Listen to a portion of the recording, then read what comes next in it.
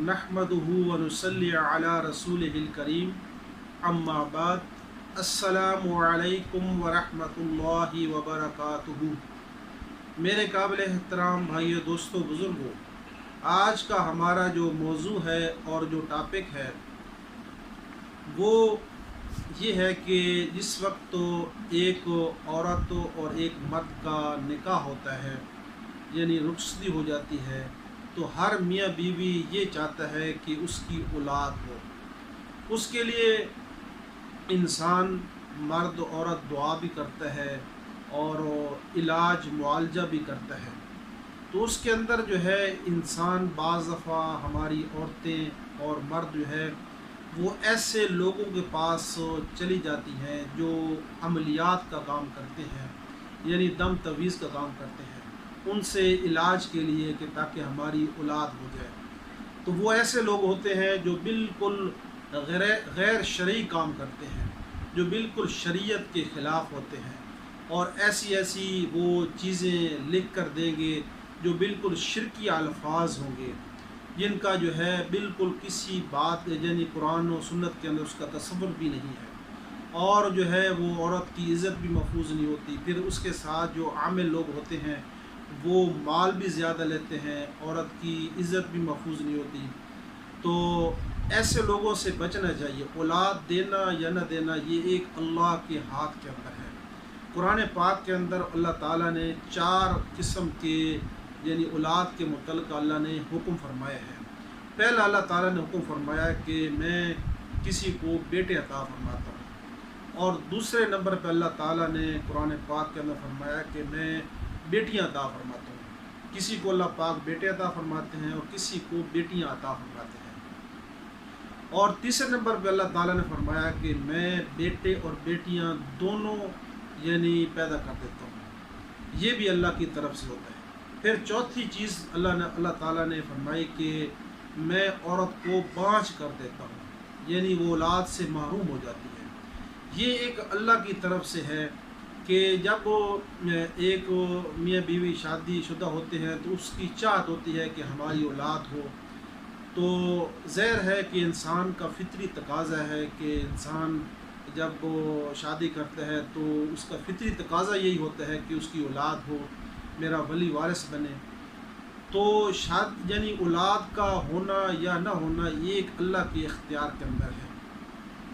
तो उसके लिए मैं आपको एक अमल बतलाने वाला हूँ जो आपने जो यानी खावंद है जो इस औरत का, उसने ये ख़ुद अमल करना है। यानी औलाद के लिए, जिसकी औलाद नहीं होती उसके लिए एक मुजरब अमल है और आसान अमल है। ये आपने अमल करना है। किसी आमिल के पास नहीं जाना, किसी यानी उनके पास नहीं जाना जो आपको वो गलत रास्ते की तरफ ले जाए और आपको शिरकी अल्फाज लिख कर दे। या मैंने जो अमल बतलाना है ये बहुत आसान है। सबसे पहले तो मियाँ बीवी दोनों जो है नमाज का अहतमाम करें, 5 टाइम नमाज पढ़ें। फिर जिस दिन उन्होंने हमबिस्तरी करनी है उस दिन जो है आपने एक काम करना है, खामद ने भी और उसकी बीवी ने भी, वो 2 रकात नमाज सलात व हजत की पढ़ें। रात को अगर उन्होंने हमबिस्तरी करनी है तो रात के टाइम पढ़ लें, दिन के टाइम अगर उन्होंने करनी है दिन के टाइम पढ़ लें। तो मकरूह वक्त न हो, अच्छी तरह वज़ू करें और 2 रकात नमाज नफल सलात व हाजत की पढ़ें। उसके बाद आप अल्लाह ताला से दुआ करें, अल्लाह की हम्द व सना बयान करें और हुज़ूर अकरम सल्लल्लाहु अलैहि वसल्लम ऊपर दरूद व सलाम यानी पढ़ें।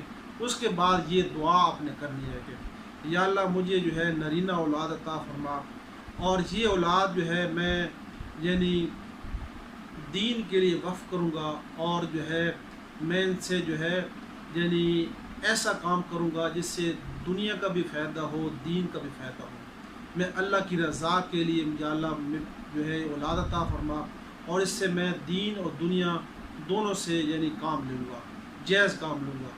ये आप अल्लाह से आपने दुआ मांगनी है। और दूसरा जो है जो औरत की नाफ है, नाफ के ऊपर आपने एक यानी हमबिस्तरी करने से पहले एक यानी एक अल्लाह का सिफाती नाम है वो लिखना है। या मतीन ये लफ्ज़ है, یا متین، یہ لفظ کو آپ نے 70 بار انگلی کے اشارے کے ساتھ لکھنا ہے، یعنی انگلی کے اشارے کے ساتھ آپ نے یہ لفظ یعنی ناف کے اوپر جو ہے 70 مرتبہ لکھنا ہے، یا متین۔ انشاءاللہ العزیز جب بھی ہم بستری کریں گے، پہلے صلاۃ و حاجت 2 رکعت نماز نفل پڑھنی ہے۔ سب سے پہلے تو آپ نے 5 ٹائم کی نماز پڑھنی ہے، خاوند نے اور عورت نے بھی، اس کی بیوی نے بھی۔ اس کے بعد جس وقت ہم بستری کرنی ہے تو یہ دعا یعنی آپ صلاۃ و حاجت پڑھ کے اللہ سے دعا کرنی ہے کہ یا اللہ نرینہ اولاد عطا فرما، اور ایسی ہو کہ جس سے میں دین اور دنیا دونوں سے کام لے سکوں۔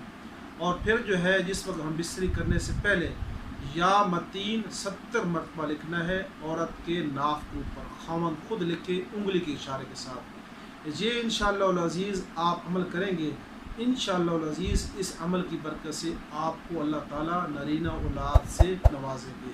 اللہ تعالیٰ سے دعا ہے کہ اللہ تعالیٰ باتوں پہ عمل کرنے کی توفیق عطا فرمائے، آمین۔